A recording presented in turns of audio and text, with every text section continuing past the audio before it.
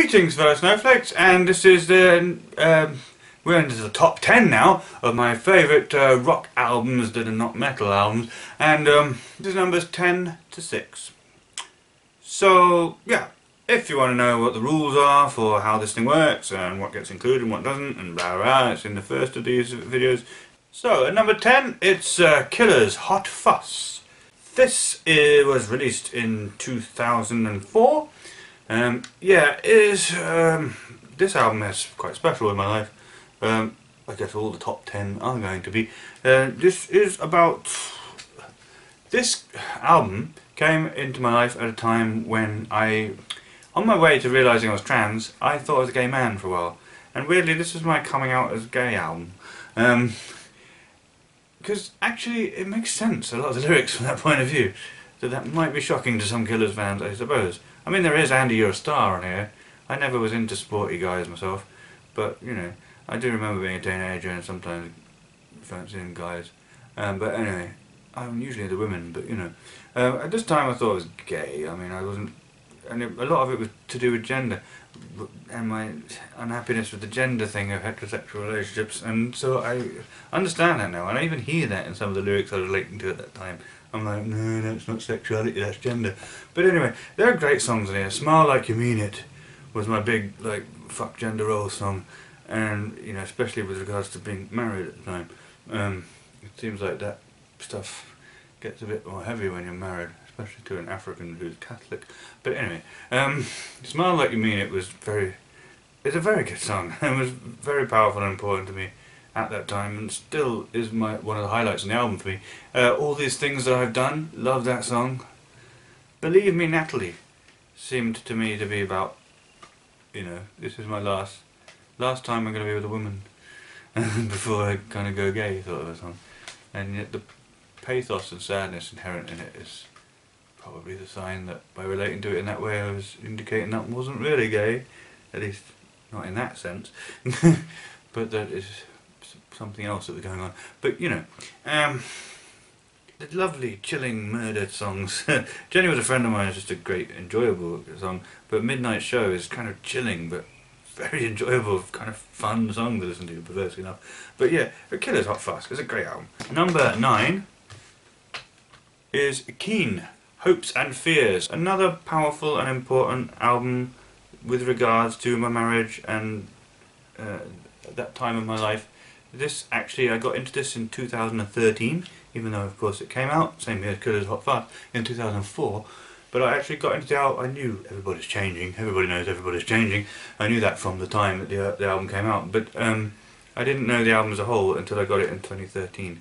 And this was the same year that I actually broke up with my wife.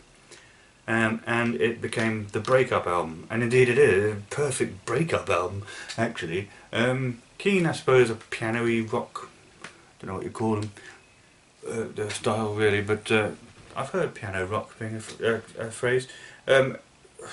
It's just great. So many of the songs are perfect, like Somewhere Only We Know, Bend and Break, We Might As Well Be Strangers, Everybody's Changing, of course, Can't Stop Now. Just beautiful, powerful, emotional music, and I love it. And it just high up in the list. It's a very important album for me. Number 8 is Mike Oldfield's Omadhawn. 1975 this came out.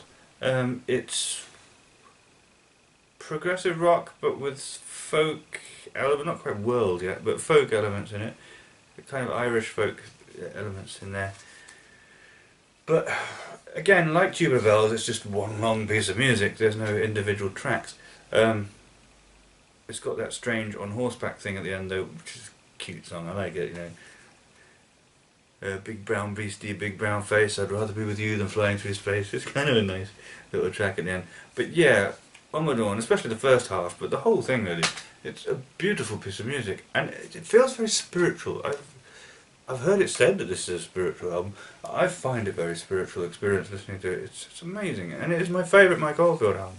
Everyone goes on about Tubular Bells, but seriously, Omadhawn is bloody amazing. From start to finish. And sometimes I need music that just lifts me onto that higher plane, you know. And it does that for me. It's beautiful, gorgeous, positive music, very fulfilling, very accomplished. It's great. Number 7. The Cure, Disintegration. This album is the best Cure album, without a doubt. It is so melancholy, like their early goth stuff, but it's the late 80s lush Cure sound, as I call it, with the lush keyboards, and this ability the Cure have to be very melancholy but very romantic and beautiful as well it can't be understated, really. And this is a perfect album. It is very melancholy. It's a heartbreak album. It's a fucking crawling in the dirt, pulling your heart out of your chest, depressive album, really, but it's beautiful. I mean, there's great tracks on the first part. Plain Song, the opener, very atmospheric and beautiful. Last Dance, very good. Fascination Street, kind of rocks. It's a very cool track. But part 2, bloody hell, Prayers for Rain and The Same Deep Waters as You, it's just like drowning in melancholy. And yet somehow it's the most beautiful, however sad it is, it's the most beautiful experience. Disintegration, great slice of jagged heartbreak. And the very last track, Untitled, is also just devastating and melancholy and beautiful as well. The whole album's perfect, really. I got into it in my teens. I was struggling with a lot of those early heartbreaks, but this album has remained very close to my heart in all of the years since. It is a pretty perfect album, to be honest, and I love it. And at number 6, Pink Floyd's The Wall. Another album I got into in my teens. 1979 this came out. It's very end of Pink Floyd's most classic era. I mean, when they were pretty untouchably awesome on all of their albums, from Medal till The Wall. The Wall, I mean, it tells the story of Pink, who is sort of, in some ways, Syd Barrett, but in some ways, in many ways, Roger Waters, I guess. But it's, because you've got that stuff, Roger Waters' dad died in the war, you've got all that in there, but you've got the going loopy kind of shit, which I suppose is the Syd Barrett influence on this character Pink. But yeah, it's Roger Waters really examining all the pain we go through in life and the kind of isolation we experience as a result when we withdraw and blame other people, I suppose, as well, for our own misery. We erect these walls between each other. It was inspired partly, he was having a bad time in Floyd when they were doing big arena shows, the disconnection from the audience and stuff, so he had this idea, conceptual idea of building a wall between the band and the audience, which is where the idea for the wall came from. There was this moment where he actually spit in the face of a fan at one point, and obviously felt guilty about it, I suppose, and that informed us, particularly when the fucking Pink goes fascist sort of thing and becomes a Hitler-like character. Which itself is quite interesting because his dad died in the war fighting the Nazis and Hitler, and then Pink becomes this Hitler character. They're clever like that, Pink Floyd, and it is a very clever album. It's a very emotional album, very melancholy, of course, but really, I mean, it's brilliant. It's deep, it's meaningful, it's a really satisfying listen. It satisfies your mind and your heart, and it's, you know, that's Pink Floyd for you. They're fucking amazing. And I mean, you know, the standout tracks, I guess Mother, I guess Don't Leave Me Now,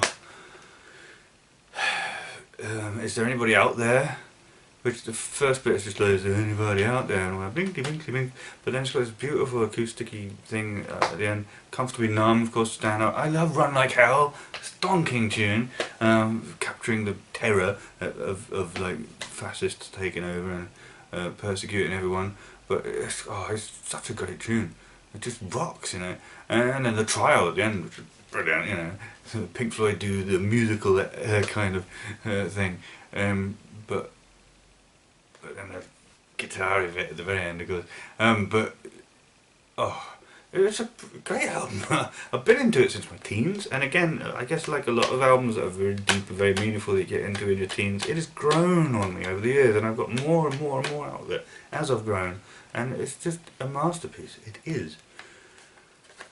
And that's it for this section. Did numbers 10 to 6 on my list of favourite rock albums that are not metal. And next time I'll be doing the top 5. Actually, numbers 5 to 2, because I'm going to do a video just about the number 1. So thanks for watching.